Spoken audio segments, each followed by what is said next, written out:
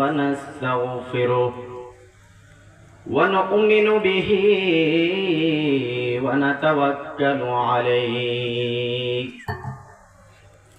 ونعوذ بالله من شرور أنفسنا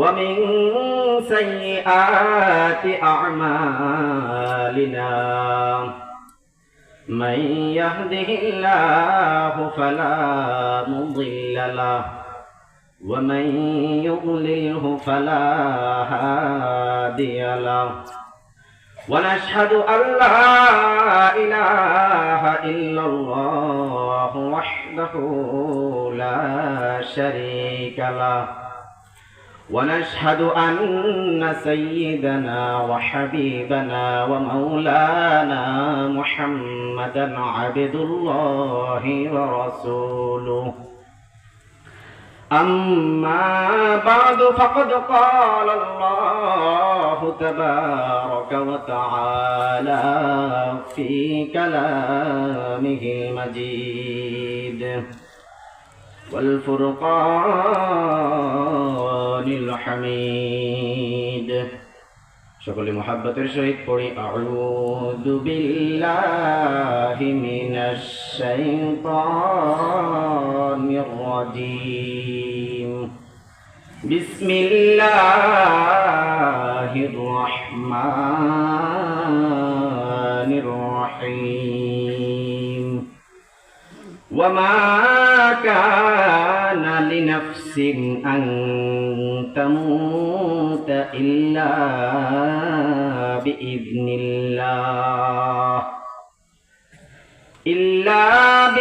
الله كتابا مؤجلا عن أبي هريرة رضي الله تعالى عنه قال قال رسول الله صلى الله عليه وسلم ما من أحد يموت إلا ندما قالوا وما ندامة يا رسول الله صلى الله عليه وسلم قال إن كان محسنا ندم ألا يكون ازدادا وإن كان مسيئا ندم ألا يكون ازدادا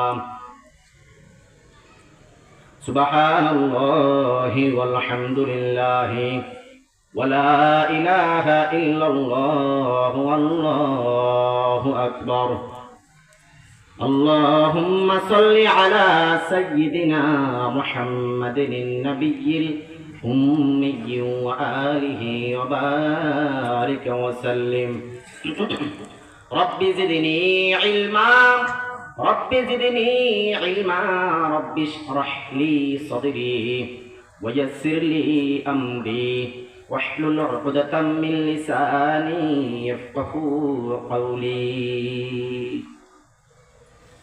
সর্বপ্রথম সেই রবের দরবারে শুকরিয়া আদায় করি যে রব্বি কারীম, যে মালিক আমাদেরকে অত্যন্ত দয়া করে মায়া করে মুসলমানের ঘরে জন্মগ্রহণ করানোর পর মদিনার জামাত নামক ইউনিভার্সিটিতে আসার বসার তৌফিক দান করেছেন। সেই রবের দরবারে শুকরিয়া আদায় করি আলহামদুলিল্লাহ। লাখ কোটি দুরুদ সালাম প্রিয় নবী মুহাম্মদুর রাসূলুল্লাহ সাল্লাল্লাহু আলাইহি ওয়াসাল্লামের প্রতি এবং ওই সকল মর্দে মুজাহিদ ভাই বোন উস্তাদদের রূহের মাগফিরাত কামনা করি, যাদের আত্মত্যাগের বিনিময়ে, যাদের জীবনের বিনিময়ে আমরা দিন বুঝেছি, ইসলাম বুঝেছি, কালিমা বুঝেছি। আল্লাহ তাআলা ওই সকল ভাই বোন উস্তাদদেরকে জান্নাতের উঁচু মাকাম দান করুক, সকলে বলে আমিন। আল্লাহ তাআলা তাদের সন্তানদেরকে, আমাদেরকে এবং আমাদের সন্তানদেরকে নেককার, পরহেজগার, মুত্তাকি, মুসলমান, জান্নাতি মানুষ হিসেবে কবুল করুক, সকলে বলি আমিন। আমরা যে আজকে আলোচনা শুনেছি, অনেক মারিফাত সম্পর্কে অনেক আলোচনা শুনেছেন। আসুন আমরা এমন একটি আলোচনা করব যে আলোচনাটা পৃথিবীর কোনো মানুষ অস্বীকার করতে পারে না। সেই আলোচনাটা হলো মৃত্যু, মরণ। মরণের কথা কেউ অস্বীকার করে না, ঠিক কিনা বলেন? কেউ কথা অস্বীকার করে না। আসুন ভূমিকা বেশি না বলে কোরআন এবং হাদিস থেকে আমরা শুনবো, মনোযোগ দিয়ে শোনার চেষ্টা করব এবং যেহেতু আমরা বসেছি যা শুনবো আমল করার চেষ্টা করবো ইনশাআল্লাহ। আমার আল্লাহ তাআলা জানিয়ে দেন, আফাহাসিবতুম আন্নামা খালাকনাকুম আবাসান ওয়া আন্নাকুম ইলাইনা লা তুরজাউন। আল্লাহ তাআলা আমাদেরকে দুনিয়ার মধ্যে পাঠালেন। দুনিয়ায় পাঠানোর রহস্য কি আমাদেরকে আল্লাহ তাআলা সূরা মুমিনুনের 115 নম্বর আয়াতের মধ্যে জানিয়ে দেন, তোমরা কি মনে করেছো আমি আল্লাহ তাআলা তোমাদেরকে দুনিয়ায় অনর্থক পাঠাইলাম? মনে এমন করিও না তোমাদেরকে আমি আল্লাহ দুনিয়ায় অনর্থক পাঠাই নাই। তোমাদেরকে আমার কাছে আবার ফিরে আসতে হবে। সূরা সাদের 27 নম্বর আয়াতের মধ্যে আমার আল্লাহ তাআলা আমাদেরকে জানিয়ে দেন, ওমা খালাকনাস সামাআ ওয়াল আরদা ওমা বাইনাহুমা বাতিলা। শুধু তোমাদেরকে নয়, আমি আল্লাহ তাআলা আসমান এবং জমিনকেও অনর্থক বানাই নাই। আমি আল্লাহ তাআলা দুনিয়া এবং জমিনের মধ্যে তোমাদেরকে পাঠাইলাম, নিশ্চয় একটা পরিকল্পনা করে পাঠাইলাম। সেই পরিকল্পনা তোমরা শোনো। আমি তোমাদেরকে কেন পাঠাইলাম?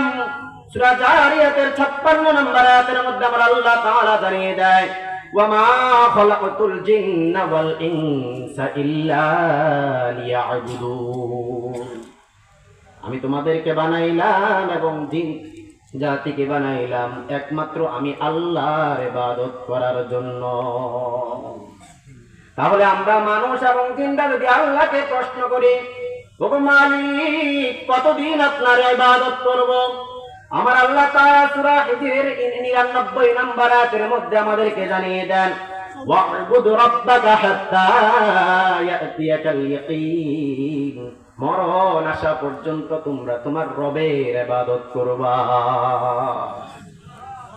তাহলে বোঝা গেল মরা লাগবে, ঠিক কিনা বলেন? আমার আল্লাহ তাআলার কাছে তাহলে প্রশ্ন, মালিক তাহলে কি আমাদেরকে মরা লাগবে নাকি? সূরা আনকাবুতের 57 নম্বর আয়াতের মধ্যে আমার আল্লাহ তাআলা জানিয়ে দেন, কুল্লু নাফসিন যায়িকাতুল মাউত। প্রত্যেক প্রাণীকে মৃত্যুর স্বাদ গ্রহণ করা লাগবে।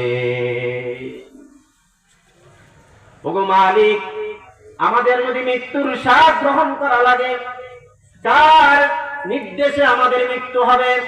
আমার আল্লাহ তাআলা সূরা আলে ইমরানের 145 নম্বর আয়াতের মধ্যে জানিয়ে দেন, ওয়ামা কানা লিনাফসিন আন তামুতা ইল্লা বিইذনিল্লাহ।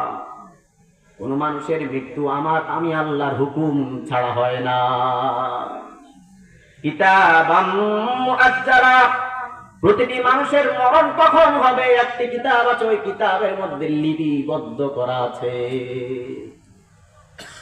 তাহলে আমরা আল্লাহর কাছে যদি প্রশ্ন করি, ওগো মালিক তাহলে বুঝি আমাদের মরণ হবে, আপনার নির্দেশে যেতে হবে, কে আমাদের আত্মা নিতে আসবে? সূরা সাজদার 11 নম্বর আয়াতের মধ্যে আমার আল্লাহ তাআলা জানিয়ে দেন, কুল ইয়াতাওয়াফাকুম মালাকুল মাউতিল্লাযী উকিলা বিকুম। হাবিব, যারা আপনাকে এমন প্রশ্ন করবে তাদেরকে আপনি জানিয়ে দেন, তোমাদের মরণ নিতে আসবে মালাকুল মাউত। মালাকুল মাউত, যে মালাকুল মাউত তোমাদের জন্য নির্ধারণ করা আছে, ওই মালাকুল মাউত তোমাদের আত্মা নিতে আসবে। ওগো মালিক, আমি বাংলাদেশের মানুষ, আমি নোয়াখালীর মানুষ, আমি যদি পালিয়ে বিদেশে চলে যাই তারপরেও কি আমার মৃত্যু হবে নাকি? সূরা আহজাবের 16 নম্বর আয়াতের মধ্যে আমার আল্লাহ তাআলা জানিয়ে দেন, কুল লা ইয়ানফা'কুমুল ফিরার। নবী আপনি তাদেরকে জানিয়ে দেন, তারা যদি মৃত্যু থেকে যতই পলায়ন করে কোনো লাভ হবে না। ইন ফারারতুম মিনাল মাউত, পলায়ন করে কোনো কাজে আসবে না। তাহলে আল্লাহর কাছে প্রশ্ন, গো মালিক মরণ যেতে হবে। আমরা যদি একটা খাঁচা বানাই, যে খাঁচার মধ্যে একটা পিপিলিকাও ঢোকার কোনো সাধ্য নাই, তারপরেও কি আমার মরণ হবে নাকি? সূরা নিসার ৭৮ নম্বর আয়াতের মধ্যে আমার আল্লাহ তাআলা জানিয়ে দেন, আইনামা তাকুনু ইউদরিকুমুল মাউত ওয়ালাউ কুনতুম ফি বুরুজিন মুশাইয়াদা, তুমি যেখানে থাকো না কেন, তুমি যদি লোহার খাঁচাও বানাও, তোমার মৃত্যু যেখানে লেখা আছে ওই মুহূর্তে তোমার মৃত্যু হবে, কোনো সন্দেহ নাই। ও মালিক, আমার যদি কোনো কাজ থাকে, জরুরি কোনো কাজ থাকে, কালকে আমার মেয়ের বিয়ে, আমি যদি বলি মালিক তুমি আমাকে একটু সুযোগ দাও, আমার মেয়েকে বিয়ে দিয়ে আসি। ও মালিক, কালকে আমার জায়গা জমির রেজিস্টারের জন্য আমাকে স্বাক্ষর দিতে হবে, মালিক এরকম কোন সুযোগ আমার আছে নাকি? আমার আল্লাহ তাআলা সূরা মুনাফিকুন 11 নম্বর আয়াতের মধ্যে জানিয়ে দেয়, ওয়ালা ইউআখিরুল্লাহু নাফসান ইযা জাআ আজালুহা, মরণের সময় যখন হয় কোন মানুষকে সামান্যতম সুযোগ আর দেওয়া হবে না। তাহলে আমরা বুঝতে পারলাম মরণ আমাদের হবে, ঠিক কিনা বলেন? মরণের পর আমরা যে আমাদের রবের সাথে সাক্ষাৎ করব, এই সাক্ষাৎটা কেমন হবে আমরা তাহলে হাদিস থেকে জেনে নেই। সুনান ইবনে মাজার 4264 নম্বর হাদিসের মধ্যে পাওয়া যায়। সহিহ বুখারীর বর্ণনায় 6507 নম্বর হাদিসের মধ্যে পাওয়া যায়। عن عبادة بن الصامت رضي الله تعالى عنه عن النبي صلى الله عليه وسلم قال من أحب لقاء الله أحب الله لقاءه, রাসূল আমার বলেন আল্লাহর সাক্ষাৎ পছন্দ করে এমন কোন বান্দা যদি থাকো, তাহলে আমার আল্লাহও ওই বান্দার সাক্ষাৎ পছন্দ করে নেয়। ওমান কারিহা লিকা আল্লাহি কারিহাল্লাহু লিকাআ, আর কোন বান্দা যদি আল্লাহর সাক্ষাৎ করাকে অপছন্দ করে নেয়, আমার আল্লাহ তার সাক্ষাৎকে অপছন্দ করে।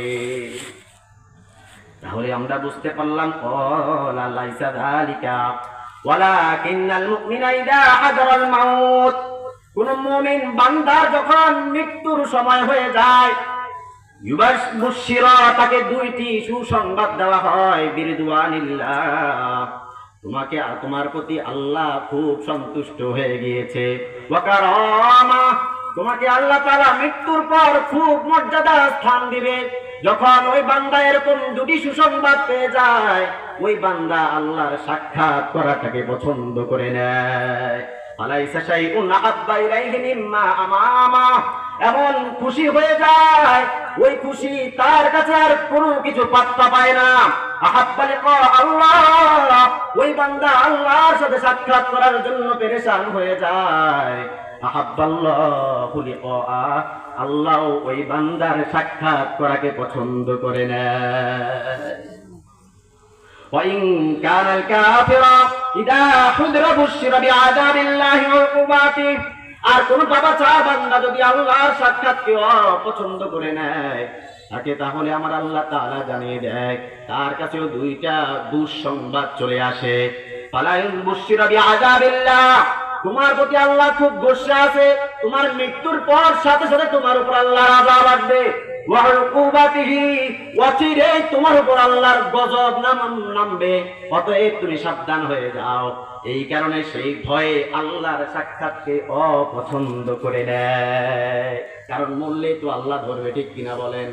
আর এই কারণে কারিহাল্লাহু লিকাআ, ওই বান্দা আল্লাহর সাক্ষাৎকে অপছন্দ করে।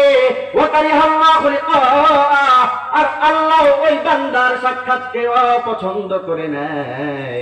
আল্লাহ তাআলা আমরা যাতে এরকম বান্দা হতে পারি, যাতে আমরা আল্লাহর কাছে এই সুসংবাদ পেয়ে আপনার সাক্ষাৎকে পছন্দ করে নেই। আমিন বলেন। বিখ্যাত হাদিসের মধ্যে আমরা চলে যাই। সুনান ইবনে মাজার 4262 নম্বর হাদিসের মধ্যে, মুসনাদে আহমদের 18557 নম্বর হাদিসের মধ্যে, আবু দাউদের বর্ণনায় 4753 নম্বর হাদিসের মধ্যে, সিলসিলাতুল আহাদিসুস সহিহা নাসিরউদ্দিন আলবানী যেটা লিখেছেন, ওর মধ্যে ওই হাদিসটা লেখা আছে। হাদিসটার মান হলো সহিহ, একটু চিন্তা করেন তাহলে বুঝতে পারবেন। আন বারা ইবনে আযিব রাদিয়াল্লাহু তাআলা আনহু قال خرجنا مع رسول الله صلى الله عليه وسلم في جنازة رجل من الأنصار